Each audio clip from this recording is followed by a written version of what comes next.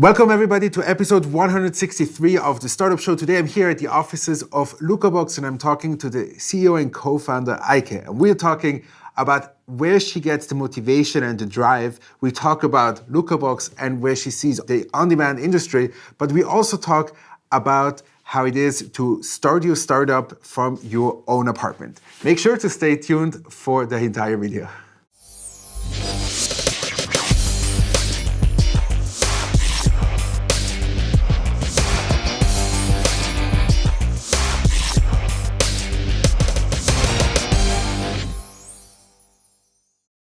Welcome to episode 163 of the Startup Show. Today I'm here at the offices of LuckaBox and I'm very excited to talk to the CEO and co-founder Aike. Aike, welcome to the show. Thank you. It's such a pleasure to have you. It took me a very, very long time to get you on the show and I'm very excited it's actually happening today. I think we've been talking for about 2 years now, right?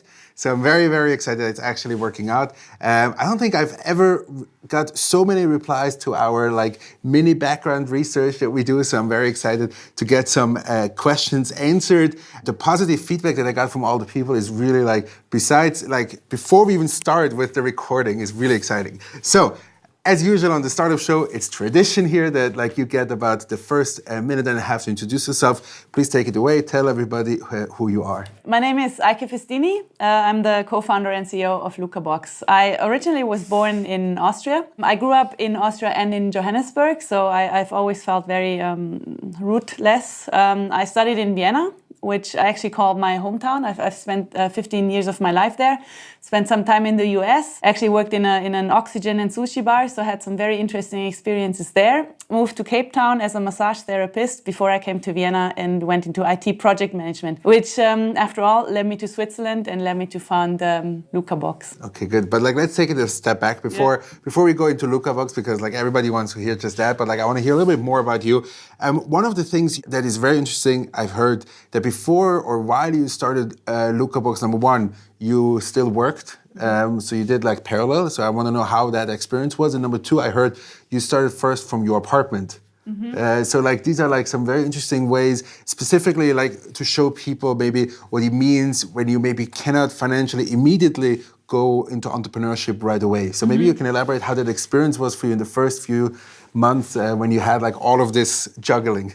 I don't know if you've heard about that, but it was during my MBA that I was really thrown into a crisis about what I wanted. And I realized very quickly that it's not corporate life. Then I met Maite and the idea was born. And we looked at, my salary, her salary, and then we said, okay, so what are we going to put, how much do you want to put on LuckaBox for now? So I knew that we needed somebody operationally who ran the business already. And I had time to still, work at night and on the weekends, which I was also used to during the MBA studies, because I studied while working and I was the head of an IT department. I was very, very heavily engaged with work as well. It was only due to that I had the energy and the drive to do it, but it was also the mission to actually get it both done, to get LuckaBox to a stage where I can say, okay, dear former employer, this was it. I'd like to 100% focus on LuckaBox. The first team worked in my apartment in Pfäffikon. It was actually a nice view of the lake. It was the Pfäffikasee. The next step was here in Winterthur, where we had up to 10 people in the apartment already.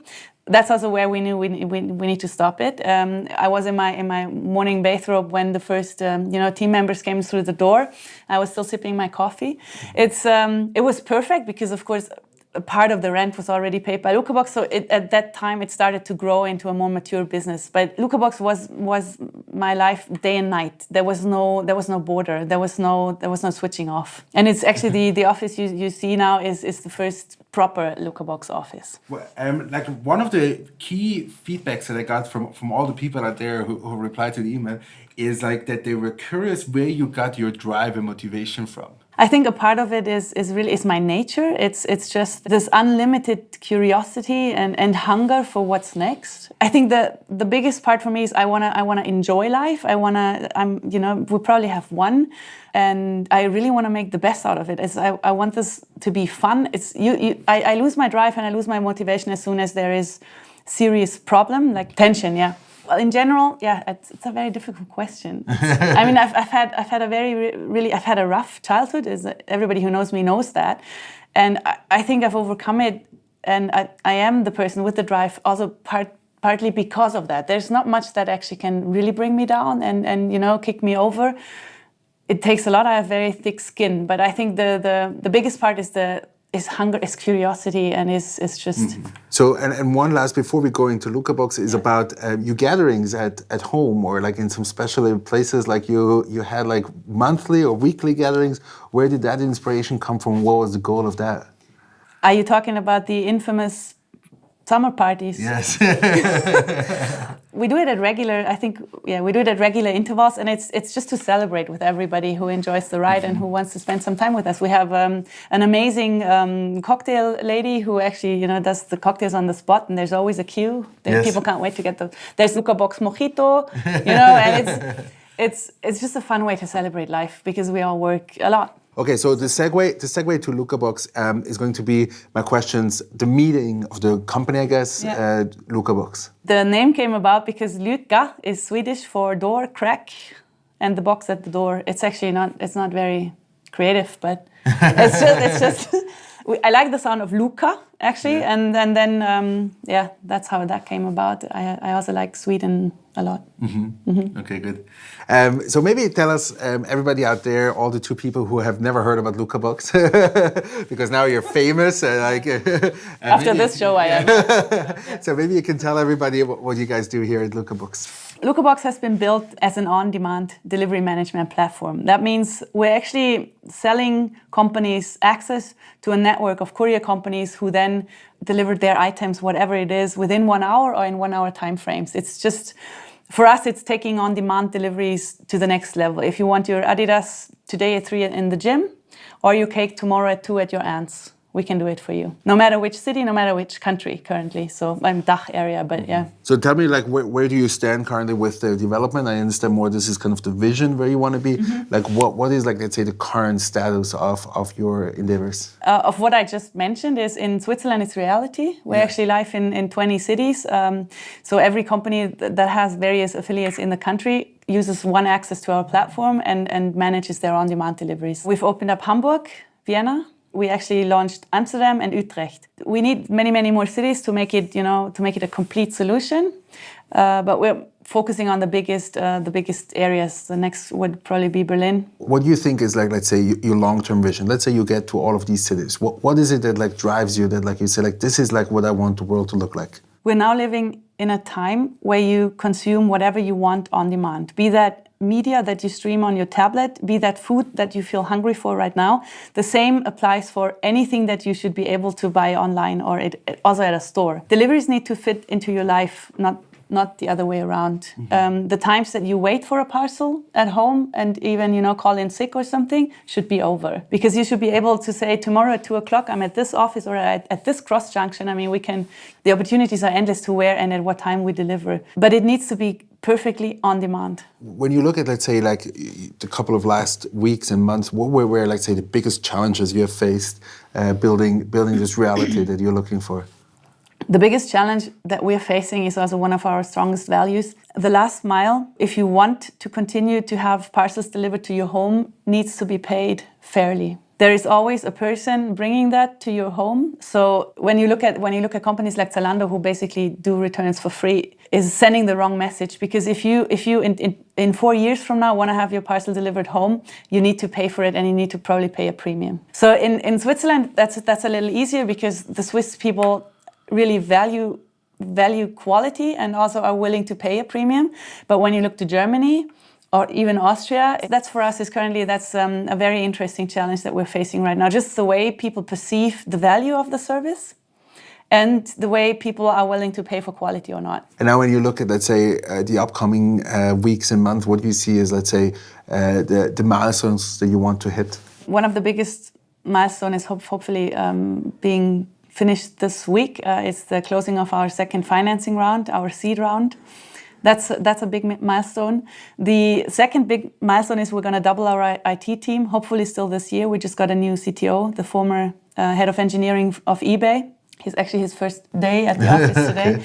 So his first task will be to double the team because we really need more IT power. We need some machine learning without throwing buzzwords, but we do need some machine learning capabilities. That's the next big milestone. And then on expansion, we definitely want to have the 6 top German cities and the same for Austria, maybe 3 or 4 by this year still. Now, talking about the investors, how was that? How did you perceive, let's say, like this fundraising? Like, was that like a challenge for you? Or like, you feel like it was easy? What was your perception on it? Fundraising is never easy. Yeah. I sometimes tend to say fundraising is the new kind of prostitution.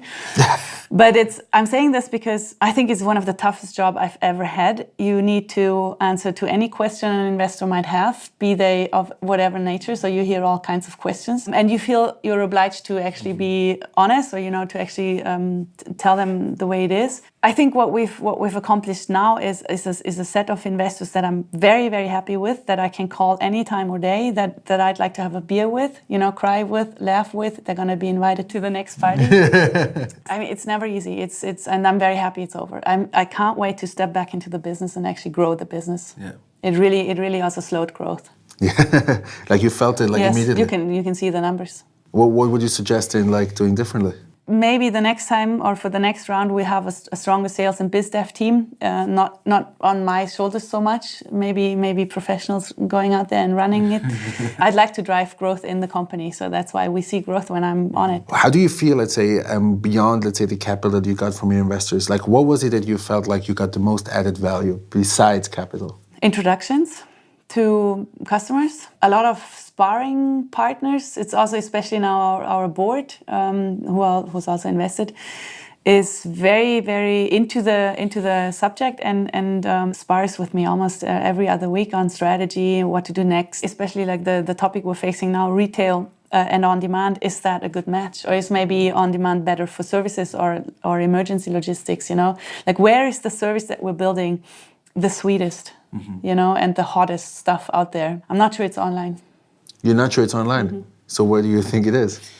I believe it's more in services, like our newest, like one of our newest customers, Maya Tobler, who sells, spare parts, repair parts, or something. Where everywhere where things need to be there when something's built, color, tools, paint, whatever you might need at the time, where you're working on something, where you're actually sending money down the drain if you stop your work. So this is it's more emergency logistics, yes. More services where we can bring amazing value and where we're very, very welcomed. And the price sensitivity is a little lower. Now, when you look back on your journey right now with LuckaBox and entrepreneurial, what do you think was the moment where you say wow, we are really onto something? One of the biggest aha moments for us was probably during the KickStart Accelerator when we're sitting down with the CEO of Corporate Home, and he knew everything about LuckaBox and he couldn't wait to get started. And that for me was, wow, finally that's something where we can really bring benefit and where we can really help, and finally somebody who really sees that, and it's not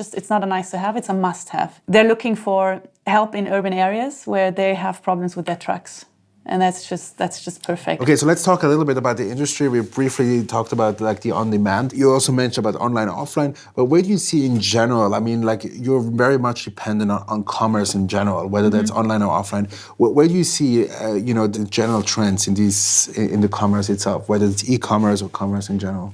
What fascinates me about the whole market is if you look at it, it's only 9% of the whole market is online, right? Mm-hmm. The whole rest is still, everything else is still offline. That's why I'm saying it's online is not going to be it. I think many companies will go online, but I wouldn't say everything's going to be online because we're still two offline people.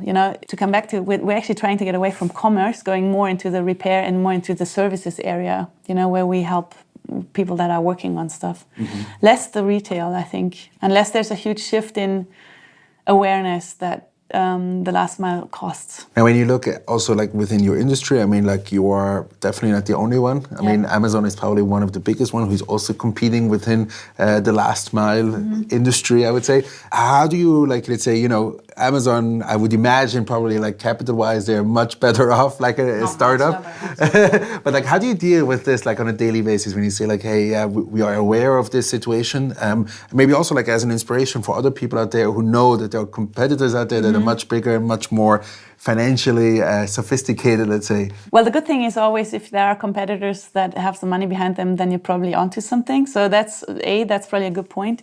The way we use Amazon is actually as a driver. Amazon is the biggest pain point of our customers. Amazon has next level delivery capabilities, and all of those players out there are fighting against Amazon, be that online or offline. So we use it. We use it to our advantage. We're building something similar to Amazon that everybody can use. You know, you don't need hundreds of millions of money to go into technology. Use LuckaBox. You know, we have the same capability. So are you like looking more like into like growing like exponentially, or like being like an equity hire or like an M&A transaction? We haven't taken that final decision yet, even in the team. We haven't taken the decision. It could be both. We're talking to potential buyers. For many companies, it's a make or buy decision, and for many companies, it's a pain. If we grow exponentially, then so be it. If we find a good buyer and it's a good deal, then so be it. Okay, so let's talk a little bit about the ecosystem here in Switzerland. I mean, like, it's a very interesting ecosystem. I think specifically you have like somewhat to compare it to other cities around the world. But number one, about KickStart Accelerator, I remember when you were selected, I was actually there.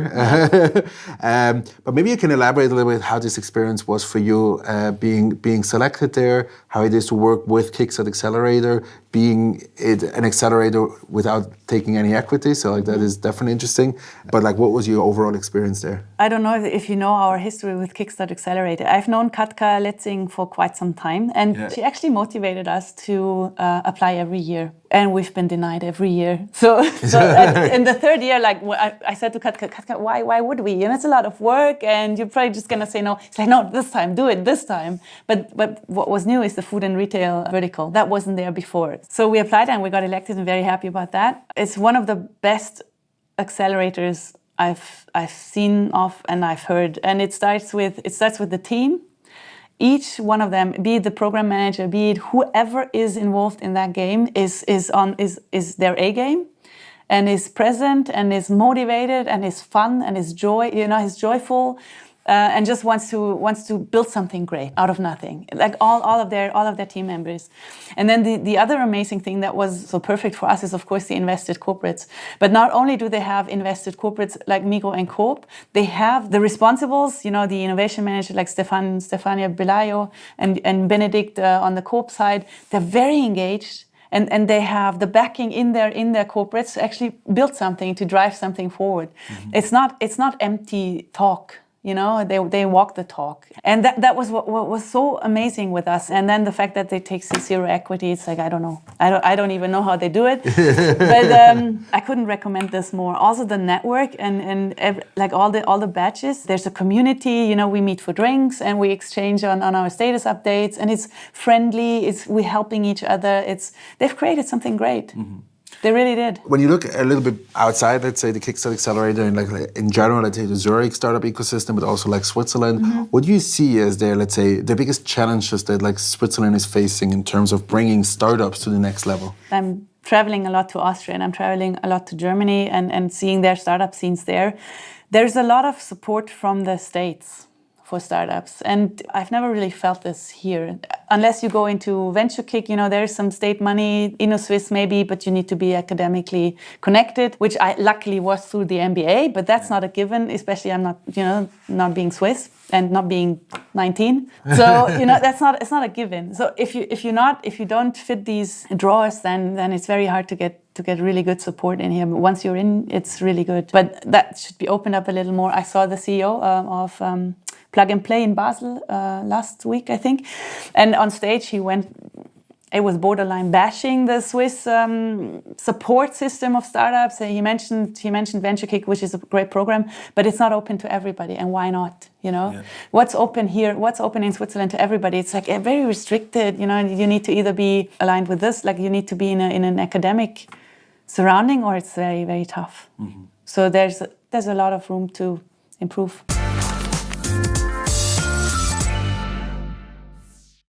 How do you keep your productivity high? Enough sleep and planning the day in advance in the morning. How do you make sure you keep focused and not distracted? By just sticking to your goal. How do you make sure you have a positive company culture? By living it and by encouraging it. What do you think is your biggest regret? Maybe not having quit corporate life sooner. Yeah, no, that actually would be one. What would you call success in life? Waking up in the morning with a smile, eager to get to whatever you want to do this day. I think that's a success. That's success. How do you balance work and life? I don't balance work and life. It's interconnected. When you're hiring, what are you looking for? Motivation, hunger, good heart.